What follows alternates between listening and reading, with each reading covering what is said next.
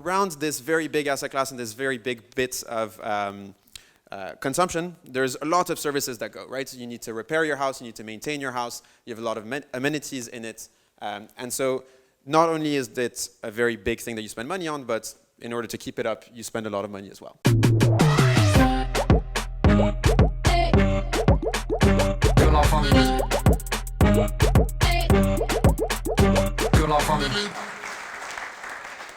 Okay, so today we're going to talk about real estate. And before I have the privilege of welcoming three great founders on stage. They'll be presenting their companies individually. I wanted to give a sort of brief overview about the industry, right? Because when we talk about real estate, there's actually two things that we usually talk about. So one thing is the asset class, and the other is the sort of bundle of services and opportunities that it concerns, right? So when we're talking about the asset class, we're talking about the biggest asset class that there is, right? There's no asset class bigger than real estate. And we're talking about what people spend money on. We're also talking about the thing that they spend most money on. And so it's really hard to think of an industry. You know, we've done talks like this, industry-specific talks like this on insurance and on logistics, and those things are hugely important. But they don't even come close to being as big as real estate can be. And so it's particularly interesting to talk about it because it's one of the industries in which there's been least innovation, both when you're talking about it as an asset class and you're talking about it as a consumer product. So when we're talking about real estate, there's really three things that we can talk about. So one is reshaping the asset class. And I'm going to give you a couple examples of companies that are digging into transforming what real estate is as an asset class. Then there's enhancing the consumer experience. How many of you here are tenants? So who rents a flat? Okay.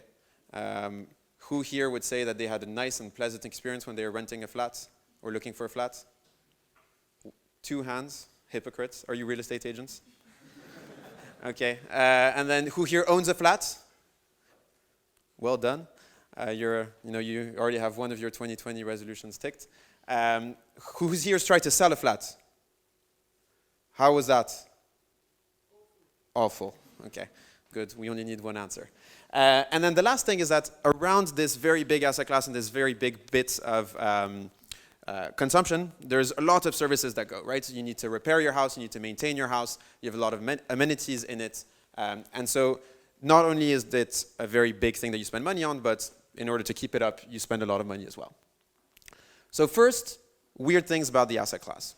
So real estate is very odd in the sense that if you want to own some real estate, the barrier to entry is very high, right? If you're trying to buy, if you want to get some exposure to tech, you can open a Revolut app or a Robinhood app, and you can buy a $1 share in Apple and a $1 share, or $1 worth of a share in Apple and $1 worth of a share in Microsoft.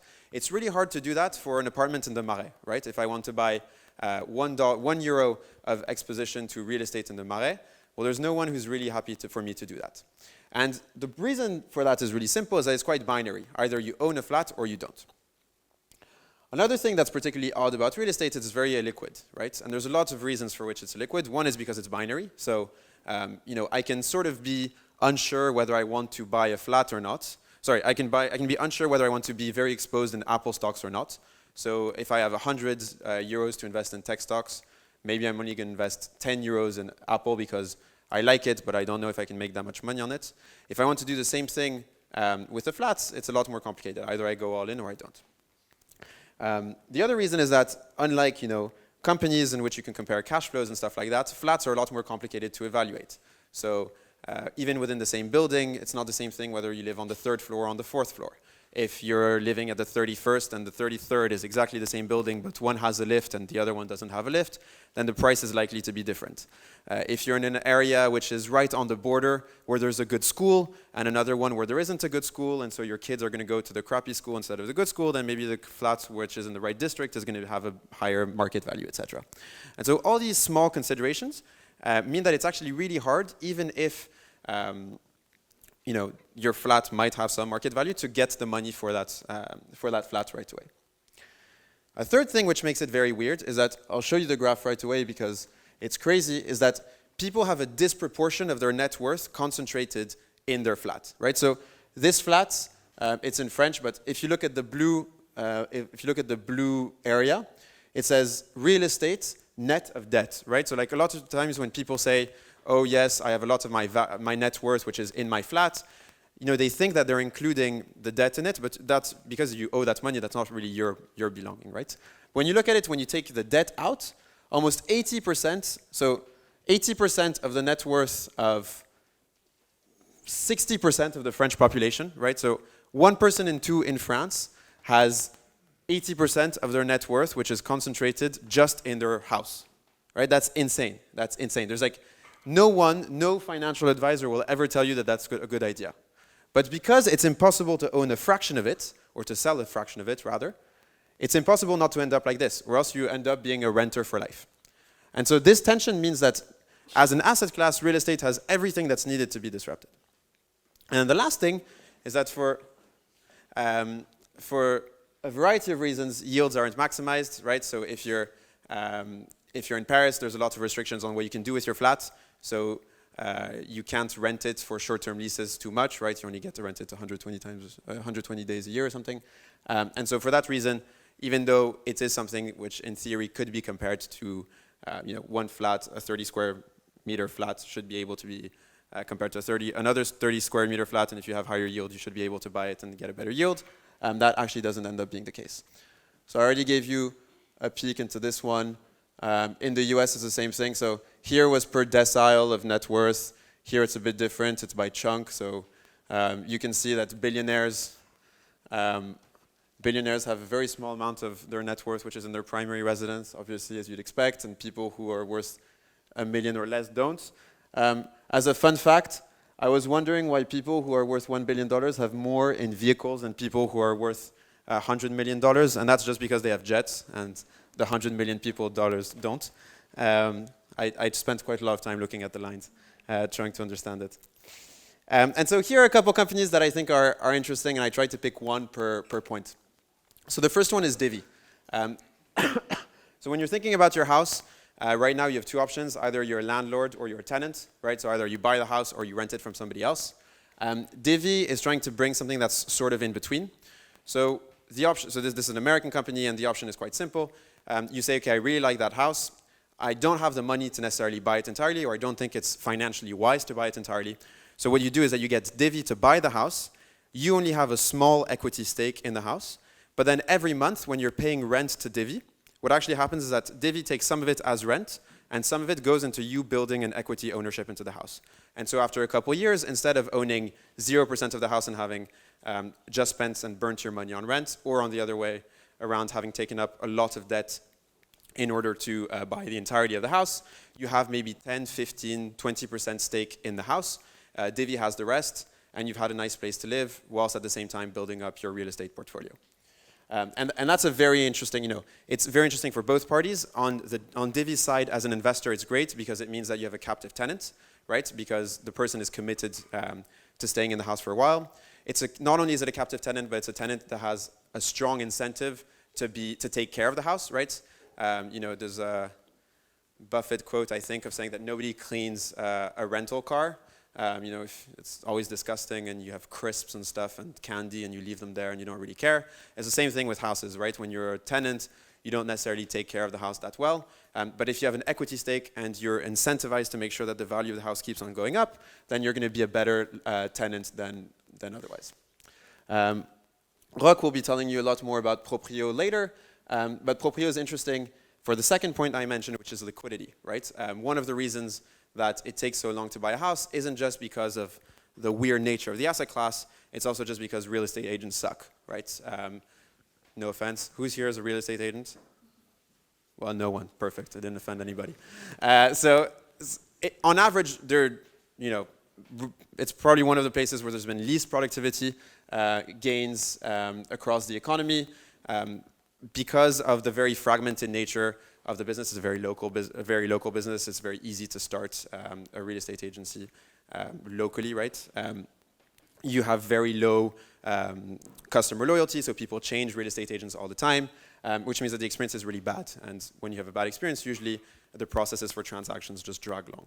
And so by enhancing the quality of the experience, Proprioo is also helping the liquidity go up. Concentration of net worth, so point is an example. So imagine you are a tenant, you are a landlord, so you already own a flat, so a couple of you are in that situation already in the room. You're probably in the situation, well, I hope for you, maybe you're like the billionaires and you only have 5% of your net worth, which is in your house. But more likely than not, if you're coming to this talk, you're not yet a billionaire. And so you probably have more like 40 or 80% of it in it. But if you wanted to de-risk a bit and not be so closely tied to that, Point essentially buys a bit of your house, so they buy 15% or something, and you have a bit of cash to invest in your kids' education or start a small business, etc. And then on the last point, there's a lot of companies that are benefiting from the sort of arbitrage opportunities and yields between real estate, or between bits of real estate. And so Zeus is a good example. Zeus essentially goes to landlords and says, okay, I'm going to take a 3-year lease on your flat. Then they refurbish the flat, they put nicer looking sofas, and then they go to BCG and they say, oh, every month you send X amount of consultants to Paris and Zurich. I have this amount of flats. It's much nicer to send them to one of our flats than it is to send them to a hotel because the Sheraton's depressing. So come and stay in a Zeus flat and it'll be much nicer. And they charge a 30% premium on what they pay the landlord. The landlord's happy because he's sure that his flat is full. And Zeus is happy because they take 30% markup on the rent. And so we're expecting more and more of these arbitrage opportunities to come up. Okay, I'm already running by.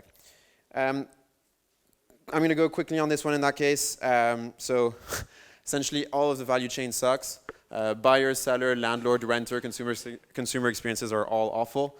I mentioned that a bit when I was talking about the low barriers to entry and the fact that roughly real estate agents aren't really differentiated.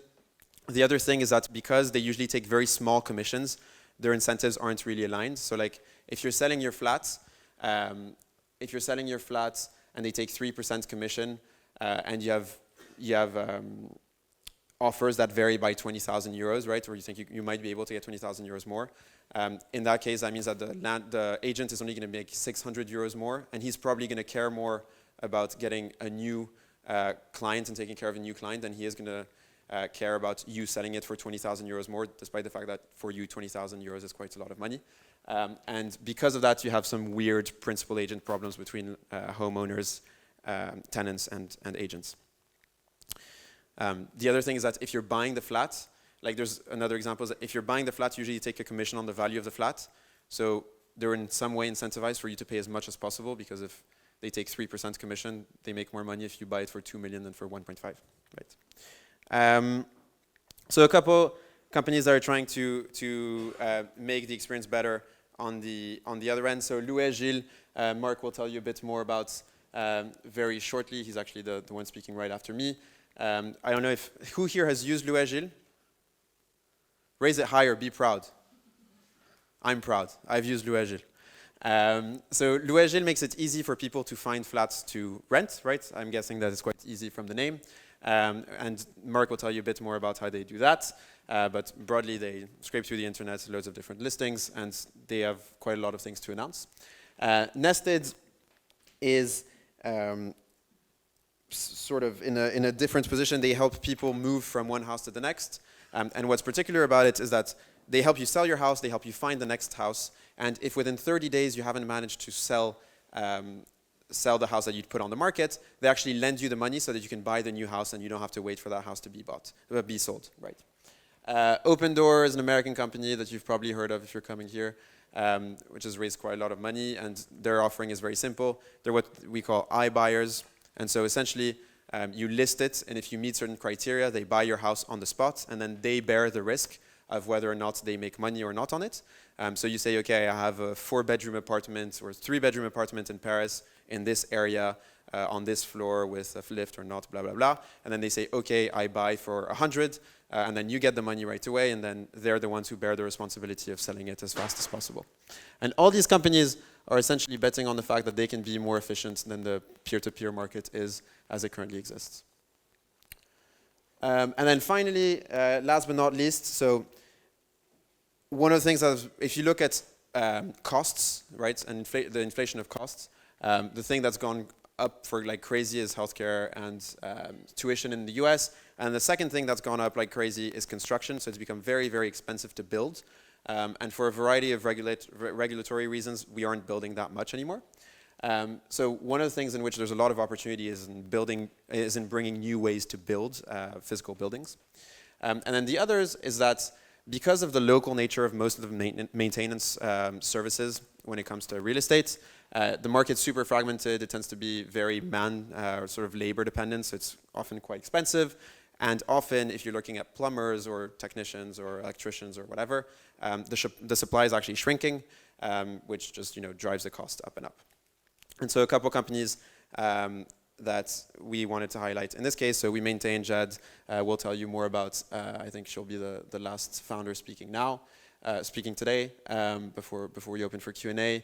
But they essentially help landlords, property managers, etc., deal with the problems that they might have with their elevators and help technicians better manage their clients. Bellman is another company of the family. I was actually supposed to speak tonight. Unfortunately, Antonio couldn't make it, but there's loads of what he's doing on the internet, so you'll be able to find it. But essentially, they help property managers better help manage their properties, so les syndics in France. And a company that's very, very recent, probably the earliest or youngest stage company that we've mentioned tonight, is a company called Corner. They're actually changing the way we build by going back to sort of old school prefabriqué construction, but in wood. And so it becomes a lot cheaper and a lot quicker to build, and they're actually starting their first projects now, having raised essentially no money, which is pretty cool.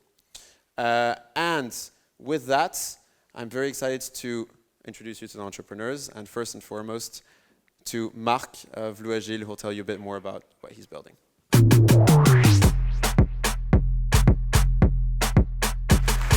Hello everyone. So I will talk to you about real estate agencies, and I will try to show you that being a good real estate agent is really hard today, and how in the digital world, how to become a more efficient real estate agency to take care about customers. So the main point is that today, software for a real estate agent sucks. It really sucks. Why it sucks? Because it's built on old stack. It's not so easy to use. That's why many real estate agents use a spreadsheet. And that's why also many real estate agents, just if you are looking for a flat to rent, many real estate agents don't answer to you by emails. So little tips for you: if you are looking for a flat, never send an email to an agent. Just bring the phone. Okay, that's an interesting point, because in the real estate agents, it's really hard to dispatch request for a tenant to the right real estate agent. And they are often outdated because the law in the real estate world change really fast. So if you have a outdated software, you can't simply use it. Second point, real estate agents rely a lot on web portal, and that's a big issue for them, because you can't control the experience. The first point for tenant or buyer is the web portal today. And with such a contrast, they will have to do a lot of manual things, to repeat a lot of things. And that's why your experience as a tenant or as a buyer is such a pain. And furthermore, the state in France is not very kind with real estate agents, because there are many laws that protect tenants, buyers. For example, you have the Allure law, which has decreased rental fees by 25%. So if you earn less money for a rental, you will spend less time to talk to customer, and you will have a worse experience as a customers. I'm sure that many of you have heard about GDPR, and GDPR is really a pain for many real estate agencies. you can see the big fine. It's not the figure on the slide is good. Huh? It's 400,000 euros. So it's don't. It can be very very bad for you. And maybe you've heard about rent control in Paris. Rent control is in France encadrement des loyers. So encadrement des loyers or rent control really decrease the amount of money that you can earn as a real estate agent. So today's real estate agent equations is really simple. Bad software plus portal dependency plus low constraint equal to slow service. And slow service is really what being slow means less time talking to customer. And if if as a real estate agent, if your process is slow, everything you will do will depend on that. That's really important to understand. If the real estate agent doesn't care about you, it's because he has to do a lot of things that such as filling forms, such as do many things that can be automated. And it costs real estate agency to have bad customers reviews, high churn, and high cost of operations. An agency needs to hire many people to respond to all the inquiries that you can ask for the agents. And that's why 68% of French people have a bad image of real estate agents. That's what Matthias said. Oh, sorry, if you want to take a picture. And tomorrow, we think that real estate agencies will build their own software. That doesn't mean that real estate agencies become software companies. That means they will build their own software. And that's a key point. So why building your own software? First point is dog fooding. Are there any entrepreneurs in the room? Yes? Yes. Have you heard about dog fooding? Yes. So what is dog fooding? Dog fooding is using your own product. Many tech companies use dog fooding. It's the best way to create a great product. Because if you use your own product, you will see all the issues, all the pain, and create the right features. And if you do this, you will create a great experience for your customers. And if you build your own software, you can automate many things, from creating the ads to creating the rental agreement, and you can connect data you can connect data to automate all your business process, and that's very important. And with your own software, with the data you have, you can be data-driven. You can measure your cost, and today many real estate agents don't have the right KPIs to tell you if it's very good to publish your ads on Se Loger or on Le Bon Coin. They just don't know. And that's a big issue for them. So tomorrow's real estate agent equations will be great product plus data-driven plus agile process, and you can reach a fast service for customers. Fast service. And being fast is really important. Being fast is not just a feature, because if you are fast, you can do many things for your customers. That's really important to understand. You can take time of your customers. So building your own software means taking much time to talk to customers. And we don't want to replace real estate agents by chatbot. That we don't want to do that. We want that real estate agents can do their job. And doing that job is not filling form. Is not writing rental agreement. It's to talk to customer, understand their needs, and they need to have time for that. So we need to free them from all the bad tasks. And being responsive to your customers' requests is really, really important, because if you are not responsive, you really, really create a very bad experience, bad review. And if you are proud of your work, you can reach transparency. Transparency, it's a big value in many startups, like Netflix, like Louer Agile, of course. and you can have a transparency value if you are proud of your work.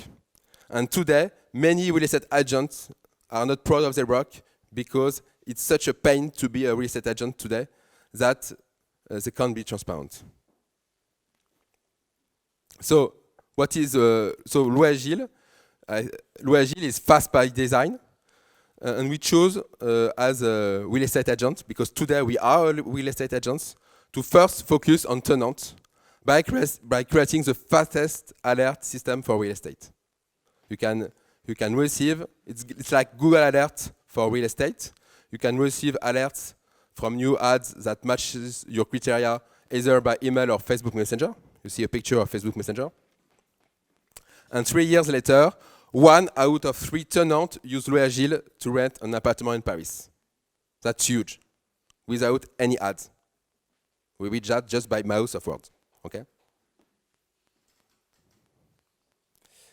And we don't forget that today's tenant is tomorrow's landlord. So many real estate agents today are not nice with tenants.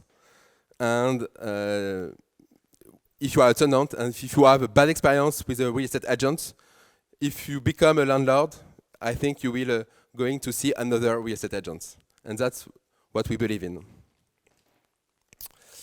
And now we're trying to build a moving experience by having our own supply with high quality ads, with virtual tour and Google Street View, online applications, and electronic signature for leasing agreement. We automate a lot of things: application process, which is online, leasing agreement generations, rental payment, and no physical visits. So renters on our own ads, yes, they just sign the rental agreement before visiting the apartment. I'll just show you the virtual tour. Just click a video. So you can see just video. It's with, so it's really realistic. It's very high definitions. Really cool,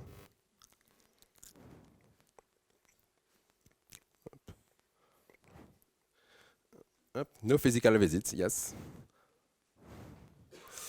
And which means more revenue for our tenants. We are 4 times faster to lease an apartment. We do better tenant qualifications, and we have less unpaid rents because of we have much more data on tenants. We can process application more easily, and that's a great experience for landlords too. Thank you very much.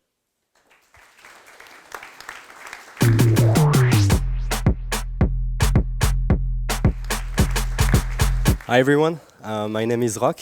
I'm CTO at Proprioo, and today I will talk about how we can improve our agent day-to-day with product engineering. A few days ago on Sunday, Vlad sent me a tweet and he told me, hey, do you want to speak at the family? We have a slot available. I was like, okay, fine, I love the family. And I didn't expect to speak in front of so many people, but fine. Okay, so I will start by giving you a quick introduction on what is Proprioo. Some of you already know us. Basically, we are a real estate agency. We operate online, but we are also a physical agency. Proprioo was created by Henri et Simon. They are 2 co-founders. Basically, they were successful entrepreneurs, and by the time they tried to buy their first apartment, they realized the experience was not good at all. They were very frustrated because the agents were not efficient, reliable, and so they thought there was something to be done. So in 2016, they founded Proprioo, and I joined them a few months later. Actually, when I joined them, I was currently in the process of selling my apartment, and it had been online for 3 months. It was in agencies, and the price was inflated with the commission of the agent, which was at 7%, something like that. So it was not selling because it was too expensive. And so we put it online with Proprioo, and I sold it in 2 weeks because it was at the right price. So that's like a fun fact. So brokers didn't deliver up to Henri et Simon's expectation because of 3 main reasons. There was a huge lack of transparency. You never knew what was going on in the process when you were buying an apartment. There was also a lack of reactivity. In Paris, there is 1 seller for 10 buyers, so the real estate agents don't care about the buyers. And on top of that, the price were very high, and they're still very high on average. The average commission is at 4.9% in Paris, and I mean that doesn't make sense because the average value of an apartment in Paris is really expensive already. So if you have the commission on top of that, it's getting insane.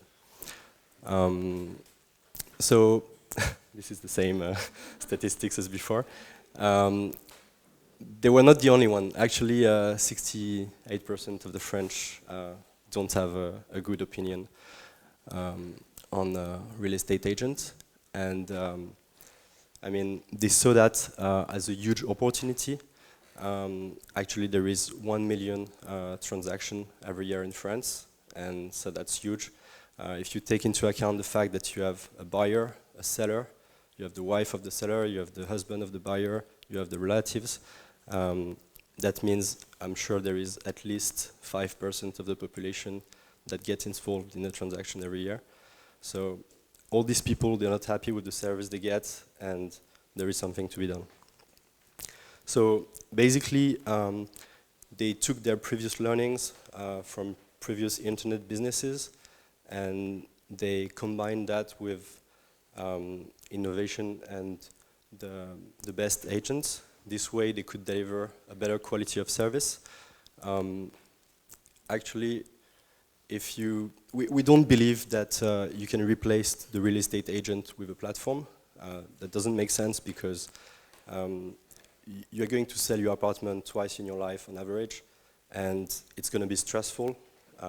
You want to be able to speak to someone. You're not going to do that on a platform. And so this is why we believe we need the best agent with the best technology in order to deliver the best quality of service. And this equation is working because we're able to do that at 2% commission when the average is doing it at 5%. And this way, we've had a huge growth during the past 3 years. When I joined them, we were 3 years ago. So we've been doing 100 recruitments since then. We've sold more than 1,000 properties. And by selling all these properties, we've been able to help our clients save more than 10 million euros in commission. So we are very proud of this. And in order to sustain our growth, we have raised 26 million euros. First, it was to build our product. We took a lot of time, like maybe the past 2 years were mainly focused on building the product. But then, since last summer, we've started scaling operations. And we are currently recruiting agents all over France to expand in the different geographics. But now I will talk about how our product can help us improve our agents day to day. We build a product that allows our agent to handle more customers while ensuring higher standards of service. And it improves our customer experience at the same time. And we want to help our agents being able to handle more business, which means we want them to be able to manage more properties and sell them. So there is one feature I want to showcase to you today. I think it's really relevant because it uses innovation to improve the experience on the buyer side, as we let the buyer book a viewing online. Buyers don't usually look for apartments during office hours. They do that during the weekend. They do that at night with their wife, with their kids. And when they find the right apartment, they want to be able to book a viewing right now, not tomorrow when they will be able to reach the agent. So this is the first thing that we wanted to build with this product. And then the second feature is that with this feature, we are able to optimize the agent schedule dynamically. So we are helping two personas at the same time, the buyer and the agent, just by using technology. So let's take an example of an agent who manages two properties. One is in the second arrondissement, and the other one is in the 11th arrondissement. He already has two viewings booked on Wednesday for the one in the second arrondissement, and he's got 3 other viewings for the apartment in the 11th arrondissement. Now he wants to have more buyers, and they're going to book viewings to visit this apartment. In your opinion, when is the best time for the agent to get these viewings booked? Well, yeah. Basically, you want to get the viewings nearby so that the agent doesn't have to move around Paris. So this is the answer for the apartment in the 11th district, and this is the answer for the apartment in the 2nd district. Basically, if you can push these slots, these optimized slots to your buyer, then the agent will not have to take the transportation, and this is not something you want him to do, especially during la huge grève, because he's going to lose a lot of time, and you just want to push the optimized slots. Traditional agents, what they do is that they call back buyers, and they tell them, oh, maybe we can change the schedule of the viewing, and we will move it to something else. I'm really busy this day, and I want to change it. This is the worst experience you can deliver. So the way we're doing it is by pushing these 5 optimized slots at the forefront. Basically, 70% of the time, the buyer will select one of these optimized slots. And in case he's not available at these times, he can always click on more times available, and he will be able to book a viewing and display the entire agent's calendar. So I got some advice. I think you can't really build a solution like that from scratch when you identify a problem. First, the best thing you can do is to experiment it low-tech, because most of the time, the first solution you will have in mind won't be the right one. So it's always better to start experimenting low-tech. You plug in a few SaaS together, and then you build some convictions. Otherwise, you're just going to send your engineering team in the wrong direction. They will spend a lot of time building the product that is not the one you want. So as soon as you have strong conviction, you industrialize, you build product. And that's not enough. I mean, you can build a great product, but if you don't get adoption and trust from your users, it's never going to work. So you do need, I mean, in the case of this example, you do need to spend a lot of time with your agent explaining how it works, why it is going to help them on a daily basis. Otherwise, they will just don't believe in it. They will generate a lot of support, and it's going to be difficult to roll it out. So this is just an example of the technical solutions we are implementing. We are always trying to build efficient, reliable, and simple solutions in order to improve the transaction process. Thank you, everyone.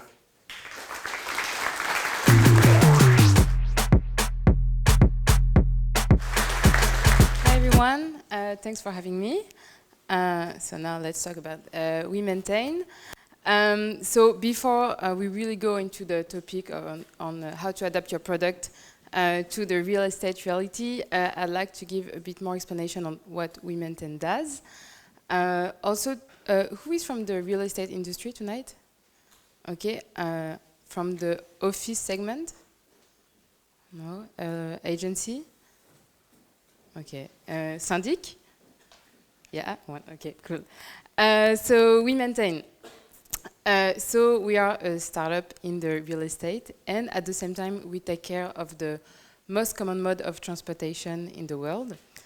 So my question is, what's the most common mode of transportation in the world? Elevator. Congratulations, yes. So we take care of elevator, yes, because actually without elevator, there wouldn't be such nice real estate as you can see today. Like all these high-rise, all these modern cities, it's all thanks to elevator, so thank you, elevator makers. But the issue in that industry is that it's mainly controlled by 4 big players. And customer, so basically property manager, are not satisfied for the following reason, is that every time they have a breakdown, it's too slow to get repaired. They have no information on what's going on, lack of communication, and it's super expensive. So that's on the property management side. Then another person is also very frustrated, and that person is actually at the core of the value chain. That person is the mechanic. The mechanic is frustrated because he lacks of motivation in his job, mainly because lack of financial incentive, and also he doesn't have the proper tool to give the customer some real satisfaction.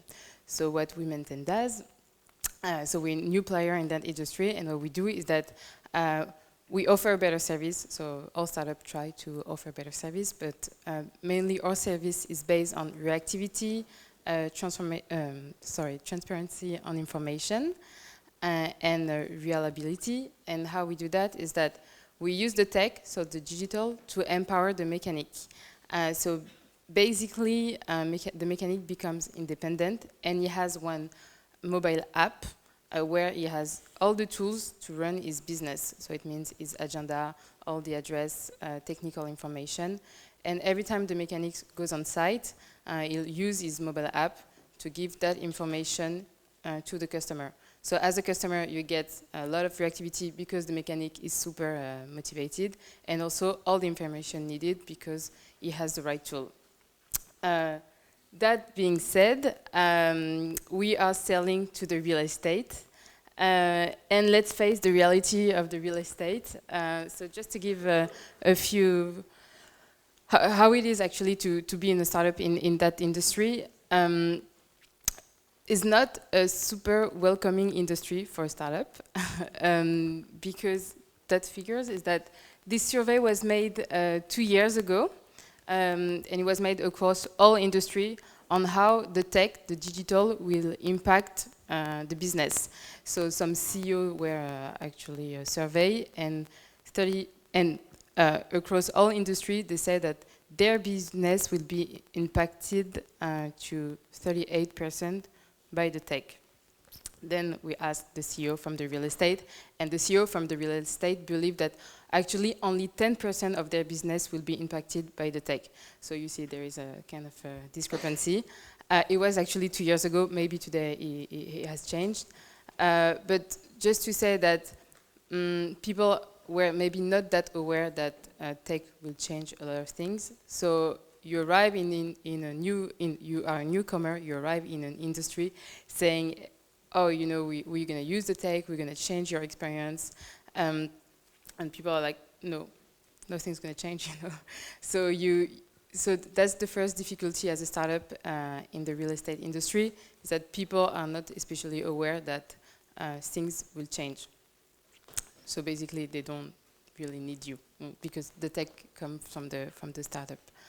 Another reality is that real estate is really based on network. So especially on the office segment. When I talk about office segment, it's mainly asset managers, property managers. So it's a really very close network because they went to the same schools, they share the same values. It's a very small group actually. They share all the same codes. They go to the same events. And if you're not from that, they don't really see you as part of their network industry. And even more actually, they don't consider service providers as part of the industry. So especially when you come and you say, hey, I'm selling elevator maintenance contract and I'm from the real estate, they're like, but well, no, you're not actually, because they manage they own building, they manage portfolio. So it's a bit difficult to explain that that's an entire ecosystem, and also as a service provider, you are part of that ecosystem. One more thing is that so we sell contracts. On the office segment, we sell contract to key accounts, and you have to meet a lot of different departments. So you have to meet the legal department, the innovation department, usually the people in charge of the building, the technical department. Sometimes you have also some lift consulting firms, and the purchase department.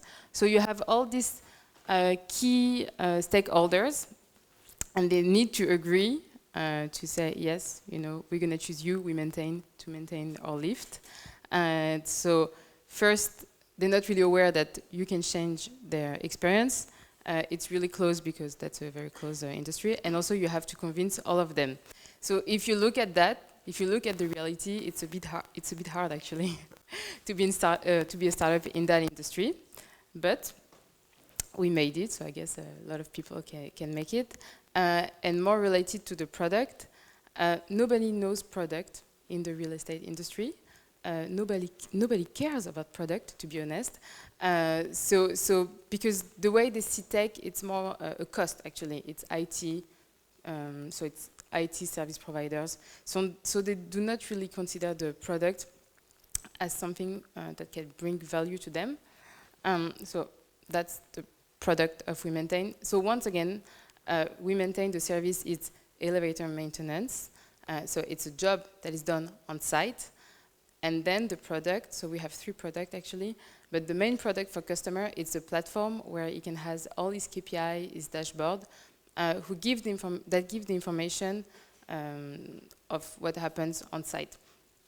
And today it might sound very easy, but in the industry, because the mechanics, they have too many elevators to maintain, because they don't have the right tools in the industry, there is no way for a customer to get such a KPI. So the KPI is like breakdown, the time of intervention, also financial KPIs.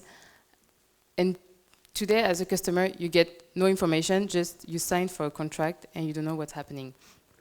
So because in our system, the mechanic has the time to do his job, he has the right tool, he can enter all the information, and then we can deliver proper data to our customer. So that's the product on the customer side. Also the product on the mechanic side, it's obviously the mobile app. And within WeMaintain, we also have some product because we do have a lot of operational work to be done. So we have some special product for the team. And regarding the product, so all the startups, they want to have the best product ever, and you can have a great product only if you have feedback from your customer, only if you build actually your product with your customer. So as I explained, the challenge is that people are not really aware that what is a product, and also the way of working is really different. So basically in the real estate, it's more about like project management, but in startup it's product management. So it's totally different. It's totally different way of thinking, of doing. So you have this, they call it the waterfall methodology. So basically you have different stages, and you have one project, different stages, such as you define all the requirements, then you implement them, then you put it on production, and then you'll do some maintenance, and done. And if it's wrong, that's too late. sorry, you've been working on it for 5 months, but it's too late, because it was defined like that, and there was no way to have interaction and discussion during the entire process. Agile methodology, it's very different. It's actually, you will start doing your features just because you have feedback from your customer, and you'll do a lot of interaction with your customer, and you will build slowly, and so usually you have some sprints, so it means every 2 weeks the tech team will decide which feature they will build for the customer, and then you get some feedback, you get some review, and you can just improve your product slowly, just this way. But it means you need to get all this customer involved in the discussion. You need them to understand how it works, and it's not like they want that, and after 3 months they'll get that. No, it's like, you want that little? We'll try. If yes, no, you like it. If you like it, maybe we can improve it. If you like it, if you don't like it, we'll do something else. So it's a lot of discussion, and people are very busy. I mean, everyone is busy. So you need to spend time with them. So there is no secret sauce actually to have a great product in the real estate. It's just spend time with people. So you need to make sure you are introduced in the network and you spend time with them. You have people you trust. They will give you feedback. So I'm very lucky because we have a very good product manager. She's here tonight, and she does spend time.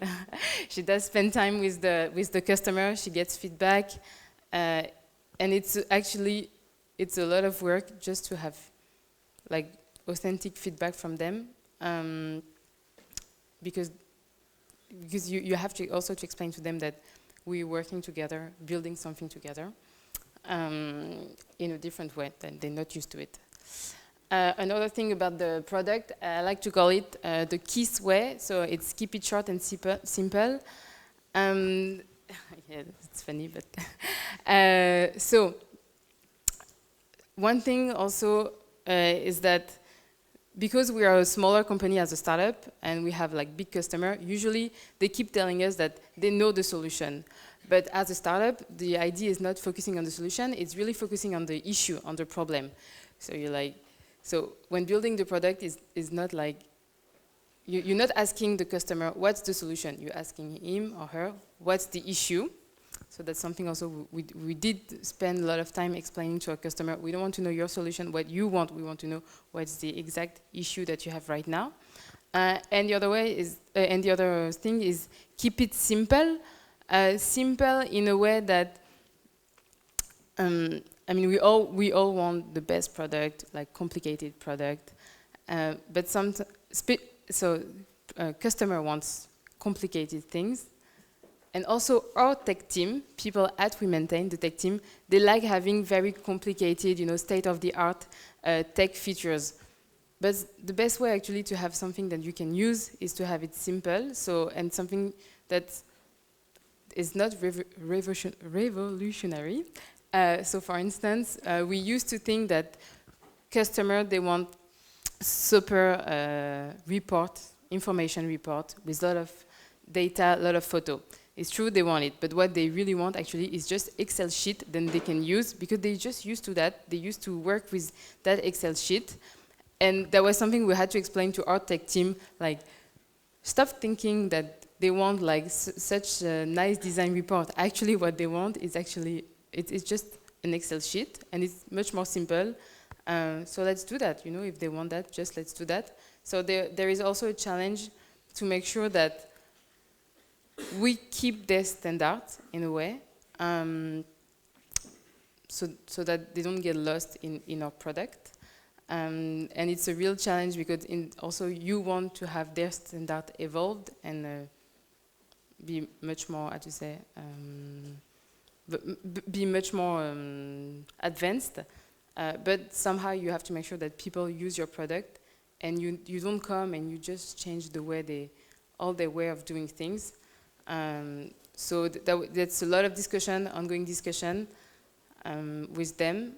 So right now we are also having some IoT device. So we sell the maintenance contract. Now we have IoT device. So mainly the IoT device is used on the elevator, and then we'll send some information to the mechanic and to the customers. So it's a new conversation with our customers to understand which kind of information they want from that IoT device. So actually it's an ongoing conversation with any customer to understand what's the issue, what they want. But the only way actually to get a good product is just to talk to customers. That's all. Thank you.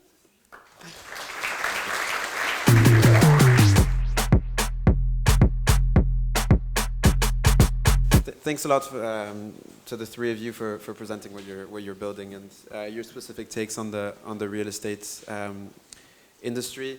Before we open up to questions for everyone, I wanted to show that it's okay to ask questions by asking a couple questions myself. So my first two questions are for Roch and Marc, and then I have a question for Jade as well.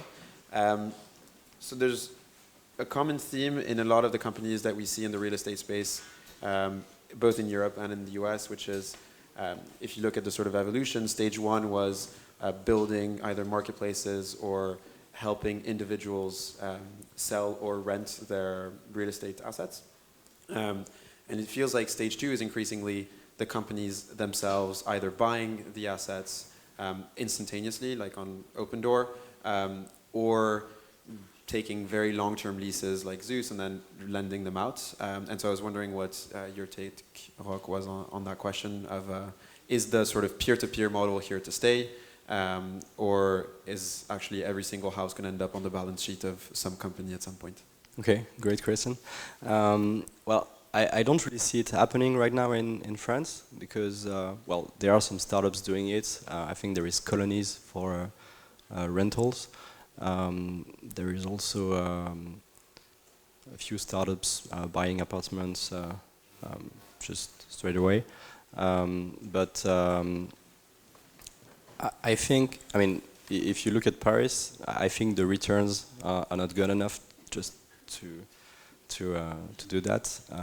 The rentals are not that high compared to buying prices, and I don't see any company investing that kind of money just to do like a 3% return. Doesn't make sense to me. It probably makes sense in Silicon Valley where the rents are so high compared to the buying price. But at least in Paris, we don't have that many apartments that get bought by companies. It's mostly individuals going to individuals. And what about to get rid of the convenience? Because what you're doing is reducing for a flat that would usually take, I don't know, 6 months to be sold, you're helping them sell it in 3 weeks or something. What about... We try. You try. What about bringing that 3 weeks down to 3 hours? Do you think that you could take margin on that? So say, instead of you waiting potentially 3 weeks, 3 months, 6 months, and getting 100, I'll buy it for 94, but right now cash. We don't offer the service. However, we do try to sell it within the hours by using our buyer database. Basically, buyers that register on our website, they get, how do you say, they get the listings before anyone else, before it goes on Sologer or any website. They receive it in their mailbox, and this way they can book for a viewing and make an offer. But we don't accept offers if the apartment has never been visited. Maybe we will be able to do that with 3D visits, but for now we don't. We prefer to have offers from people who have visited the apartment. What about you, Marc? Maybe you can... Thank you. It's a very good question. I think it will happen, but not today, because what we see in the tech economy, it's many companies are trying to reinvent all business. Well, we have WeMaintain, of course.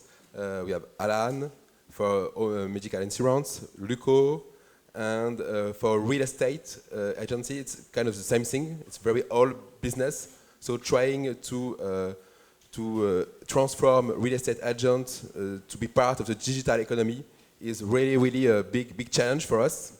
So before being a platform, you need to reach many steps.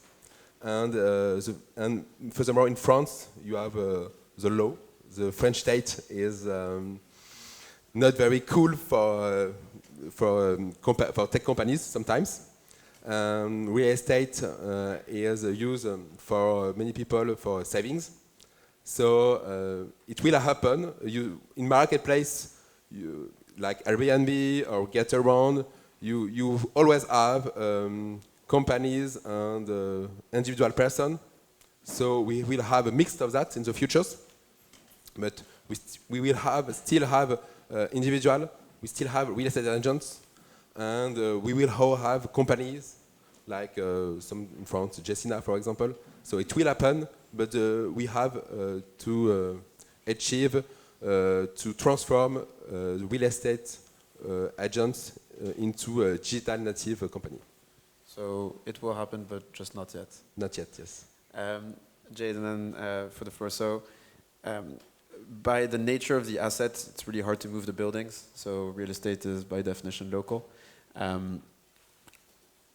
You made a decision early on, so you started in Paris, and you're now expanding to other places. But you had something which is very precious, which is the relationship with the property manager. And so it seems like you could have made the decision to say, okay, now that I own this relationship with the property manager, I'm going to try and sell loads of other vertical services, well, vertical, not necessarily vertical in the sense of the elevator, but other services to the property manager. But instead you decided to stay within the elevator business and go to other geographies. I was wondering what prompted that decision and how you thought about those two opportunities. So actually, we do sell new devices, new services to our customer in France. When we started, so we started 2 years ago. Actually, when we started, we were only selling maintenance contract. Now we're also selling IoT devices. So one of the reasons for going abroad is actually we have two customers. Actually, one of the one is property management companies, but also the mechanics. And as I was explaining, mechanics become independent. So we have to make sure we get the best mechanic on board. And there is a real lack of talent. It's a worldwide issue. So we have this pressure that we need to make sure we get the mechanics. And one more thing is that customers are asking us to go abroad with them. So a month ago, we announced that we signed the entire Alliance portfolio in Paris because they tested our service a year ago. They were very satisfied, so they tried us on 3 buildings, and they said, well, we like what you do, and you do it very well, so just let's expand in Paris. So they gave us the entire portfolio, which is huge. And now we have discussion with them, with other customers, because our customers, some are French, but not all of them. So you have huge asset management companies in the real estate being international. So we have open discussion with them, and they want us to go abroad. So it's a mix of different things: the mechanics, the customers, and we still like upselling customers in Paris by selling, more contracts and also more services, new services. And are they asking you for help on other bits of property management beyond elevators for now? Yes, so we've had a lot of requests, but let's do it well on the elevator, and then we'll see. Very well. We have a sort of weird flying microphone that's very safe for you to throw at each other. We'll throw to each other rather than throw at each other. Yeah, we have one here already. He saw me first. What's the question? So you catch it, and then you throw it to the next one, okay? Don't worry, it's soft, right? Not bad. Thank you very much for insightful presentations. I have a software services company, and I have around 35 engineers. And then over the last 2 years, clients in the real estate sector started emerging, and it makes me more and more interested in this industry. And I would have a question perhaps for the first 2 companies, because you grew your business from scratch, as I understand, and you were more or less following it right from the beginning. I'm interested in what do you think are, when you look at the back door, in the, behind the scenes picture, what are your own biggest technological challenges? And what do you think are going to be the most tough tech questions for you, for companies like yours? Thanks. Thank you. It's a really interesting question. I think the key point is mastering the data flow, because in the real estate agent, real estate business is really a data business. The amount of data for just a flat or a building, it's awesome. And being consistent in data is really tough business, because there are many updates for a flat. For the rent often change, the state in the apartment, the issue with the apartment. There are many logs in the apartment, and mastering the data for us is really a big pain to automate things, to be consistent in our communications to customers, and that's for me the big issue in the real estate industry.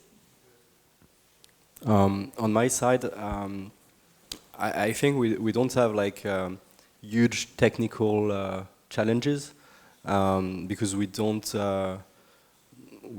serve like millions of pages per second like Google does or these companies does. Yeah, data is important. It is important to be able to extract it and to make value out of it.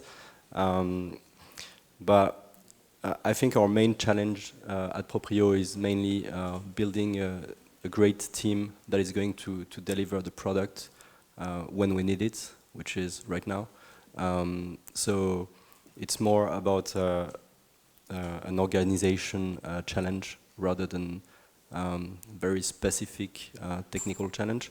Of course, we do try to use the best technologies and the best trends around in order to build the best product. Otherwise, you can't build a good user experience if you're not using like the latest technologies. Apart from that, I mean, these are the main challenge for us. I've got a question for Proprioo. You said you're also keeping a direct link with the clients through agents. I didn't quite understand how you do it. Sorry? Because you're a platform, so you're offering the sellers how to advertise what they want to sell. But then how do you keep touch, or how do you make the contact, with the visit and everything, the physical part of the selling? We do have real estate agents going on the field. Are they employees? Yeah, they're employees. Yeah. All right. Okay. We believe it's important to have real estate agents. We don't want to just build a platform that will replace them, because when you sell your apartment, it's such an important move. You need to be reassured by someone, and for that we need the best agents to go on field and to estimate the apartments and to sell them. Okay, yeah, you do the estimation and all that. The product is just here to make our agents more efficient and better, and to give more transparency to the buyer and to the seller. Next question. Bonsoir. My question is for Louer Agile CEO. You criticized a lot the estate agent softwares. The estate agent softwares. Yes. Why do you think they are crap? And if you were to build one, what would you do different or better? Okay, I was a bit tough. No, there are good software, good real estate agent software, but in our experience, they are sometimes really focused on marketing, on to do the marketing, the website of the agents, and not enough on the business field. And what is really important to understand is that building your own software, that's what we're trying to achieve, is really important. Because you understand me as a real estate agent, I really understand what are my pains, what are the pains of my customers, and that's the best technique to deliver a good product. All the great companies use dogfooding strategies, Google use Google, Facebook employees use Facebook at work. So the key point is we see real estate agents not using them, using spreadsheet. So what is important in software is that a good software is a used software. There are no bad software or good software. There are softwares that are used and softwares that are not used. And I think the other issue with agency software is the fact that most agencies are too small to build their own product. So they just buy a solution, and this solution has been taught for any agencies, so it's kind of a huge bloated software because it does everything, but it doesn't do precisely what the specific agency is doing.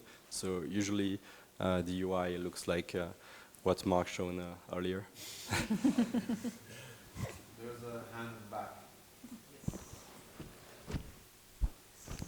So thanks for the insightful talk. I have a question for Jad.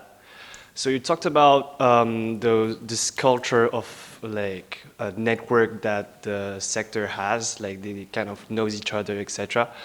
So my question is like how, so I guess you're not from the sector when you started, so my question is how you get into this sector, and then how you did it yourself, and then what advice would you give to get into this really close network? Yeah, sure. So, so actually we asked ourselves that question when we started the WeMaintain, especially because we are 3 co-founders, and the 3 of us, we always worked abroad. So we came back to Paris with French, but when we came back to Paris, we didn't have much connection in the real estate.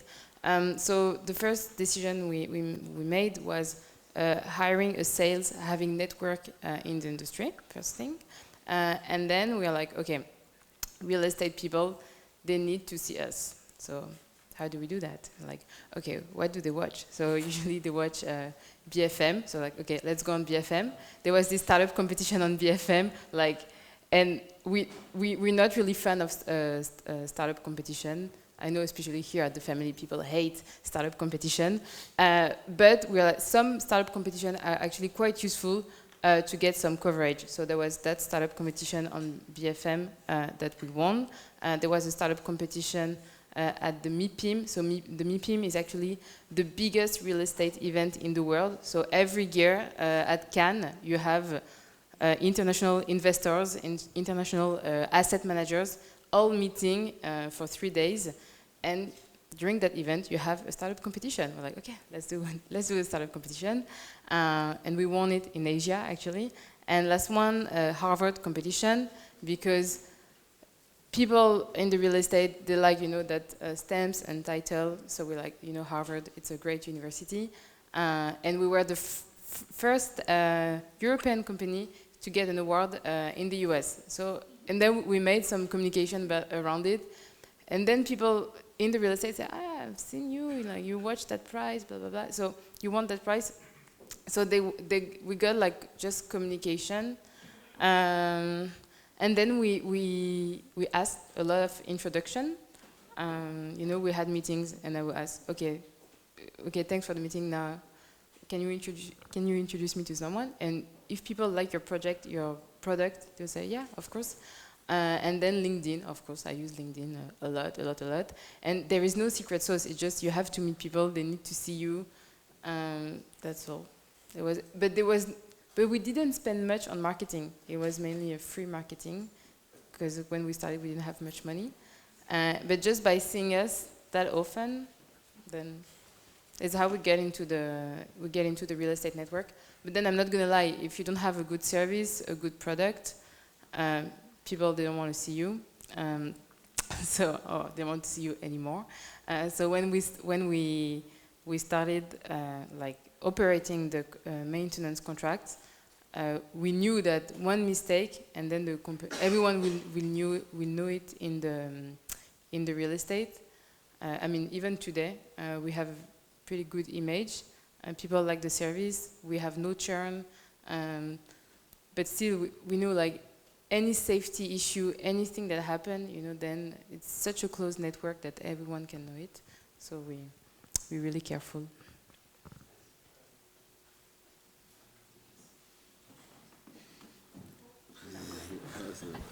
Okay, thank you for the throw. Thanks. So you did explain what was the real estate in France, like you did. I mean, you had some numbers and stuff, but my question is simple. I'm thinking about the big companies of real estate in France. So I'm thinking about La Forêt, Foncia, I don't know, Century 21. So what are these people doing? I mean, they have the money. They do they start initiatives and stuff, or do you feel the competition when you're developing features and stuff on this market? It's a question for anyone. So if okay, so yeah, they are really big. They have the market nowadays, but they are different because they are franchise networks. They don't own their agencies actually, so they move very slowly, and actually they're not even trying to build a huge product. They have product from maybe the past years. They've been developing software, but it's mostly bloated software, and they're not trying to build a great experience. However, they're very aggressive. If you have a mailbox, I think it's already full of, of paper from these guys. So yeah, they are competition for us, but they're not trying to compete on the product part yet. Yes, they are a competitor for us. We don't see them as a threat now because we think their business is not already the digital native. They have their own problem, like Rock said, they are franchise. So they are very local, and we try to, today Louer Agile is only in Paris and in Ile-de-France, but we think we also have competitor as web portals, because like I said, real estate agents rely on the web portal, so we both have a common enemy, and we have a lot of competitors, real estate agents, classic real estate agents, web portal, other startup, of course, because the real question is, are we in a winner-takes-all market? In the marketplace, it's the case often in many countries, such like Airbnb, and the real estate agency, the answer in France is no. There are La Forêt, Century 21, etc. And so other competitors are other digital native agencies, like other name. I can quote. See, I can quote for us Flatlooker, HomePilot, maybe one day Proprioo, I don't know. Maybe all the digital companies are our competitor, mainly. Actually, yes, there are companies moving in the real estate. When we talk to our customers, not all of them, but like the biggest ones, such as BNP, Nexity, also Groupama, they're trying to have like their own platform. They're trying to have new initiatives within the team, and actually they do it. They work on. We can see like they do spend money on it. They work on it, and some do it pretty well, I have to admit. Regarding our market, our competitors are actually elevator companies. They don't. It's a bit different because they don't have their tech team inside the organization, so you cannot compete the same way. Actually, it's you know, they work with the big companies such as Microsoft, IBM, and it's a lot of money. It's project. What I was saying, it's agile versus a waterfall methodology, and you know, they will decide something, they will work on it for 6 months, a year, and then maybe they will realize, oh, it was wrong. The customer did not really need that. So also, it's kind of good to have, knowing that everyone is going in the same direction, like we want more digital, we want to automate things. I think we shouldn't look too much at what the competition is doing, because especially us, I mean, WeMaintain, we're only 2 years. If you look at Otis, they've been existing for 165 years. So it's totally, so it's just a total different DNA. And I'm not criticizing them because if I was all this, you know, the 12 billion of revenues, it's just huge. You have different concern, different organization, different people within the team. And just the fact that they're trying to move to that direction is actually a good sign. It means that they know the industry needs it.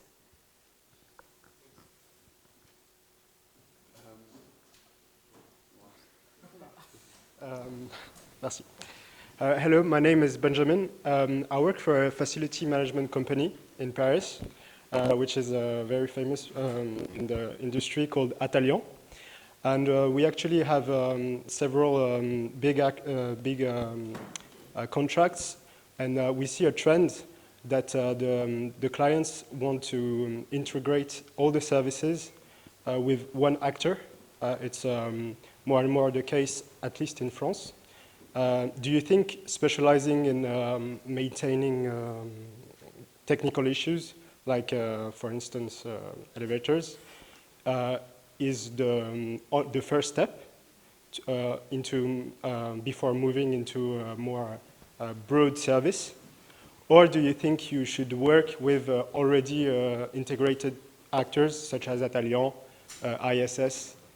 I think it's a question more for WeMaintain, but generally, do you think focusing on your part is the best way, or do you think of adding more services in the future?